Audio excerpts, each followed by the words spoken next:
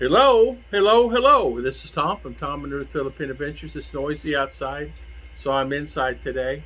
As you know, we went on a road trip yesterday. Today's video is a little bit about that, but you got to find this really interesting, so stay tuned.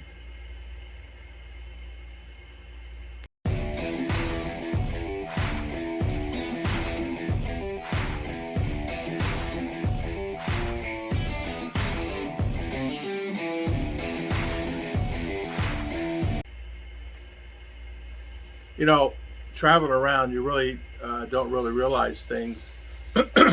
As being a foreigner in a country that you just didn't grow up in, you're not familiar with it, really brings out a lot of things sometimes that you just really don't know. You think you know, but you really don't know anything till you actually come to the Philippines and actually see and feel and understand it. I know in U.S. I was trying to figure out how much money is it going to cost me. That was my main concern when I first started doing this. I figured out a budget on I do a spreadsheet and I figure out exactly how much my income is because there's only one set amount, and so you figure that out. But I found something very interesting yesterday and going up to the mountain. uh, this wonderful family, it's really close family, it's more like family. There are no blood relations other than marriage, but we're going to talk about this briefly today. Their water up there, as you know, water, even though it rains constantly here in the Philippines, can be very scarce. I know in Malay, it's a scarce.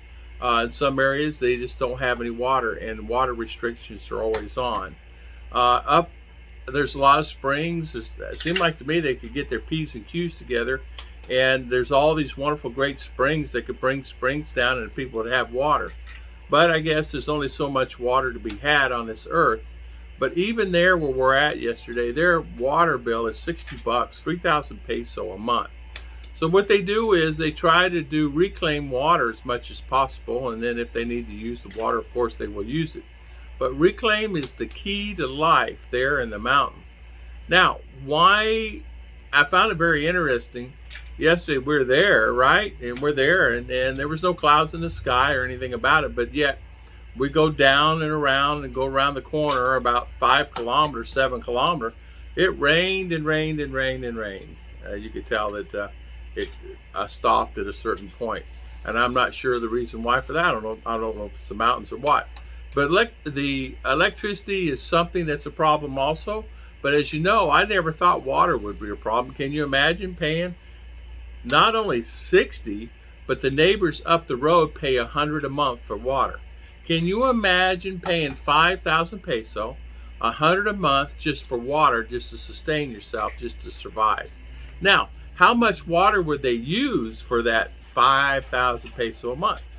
Believe me, it's not much.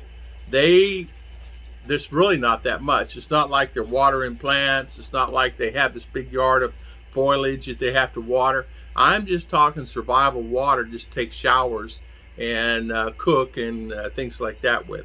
So I found it very interesting. What water bill or 3,000, 5,000, even more. Some cases there's more. So you're paying as much for water as you're paying for electric or more.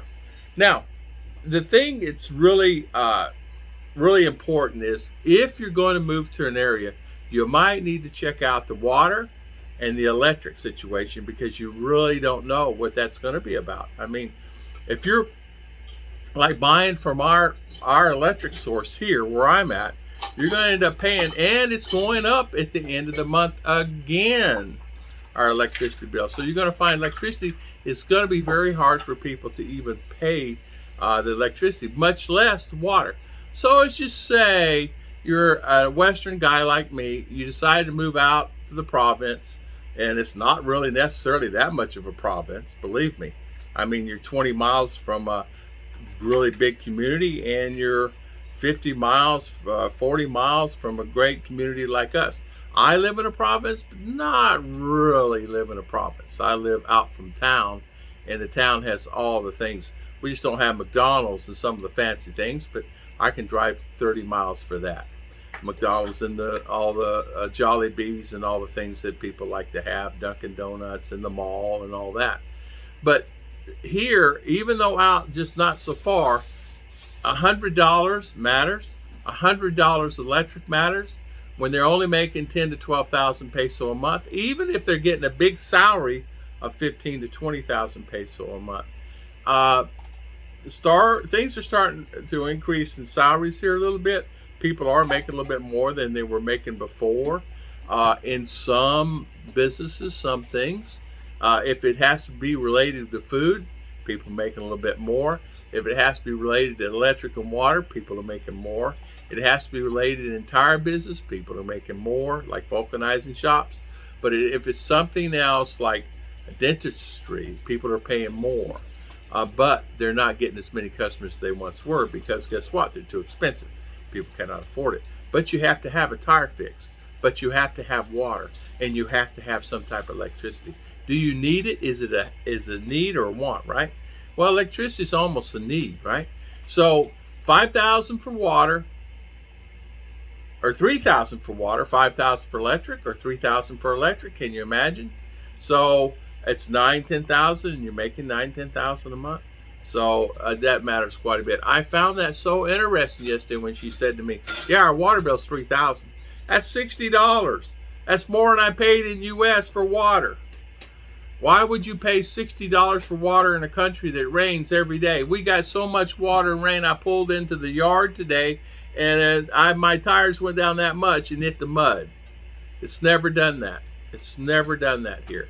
I'm flooded with water, and yet people up in the mountains cannot have water. And yet Manila is still a shortage of water, and yet Balai is shortage of water. So it's really eye-openers for me. I did not know that, and I'm learning more and more.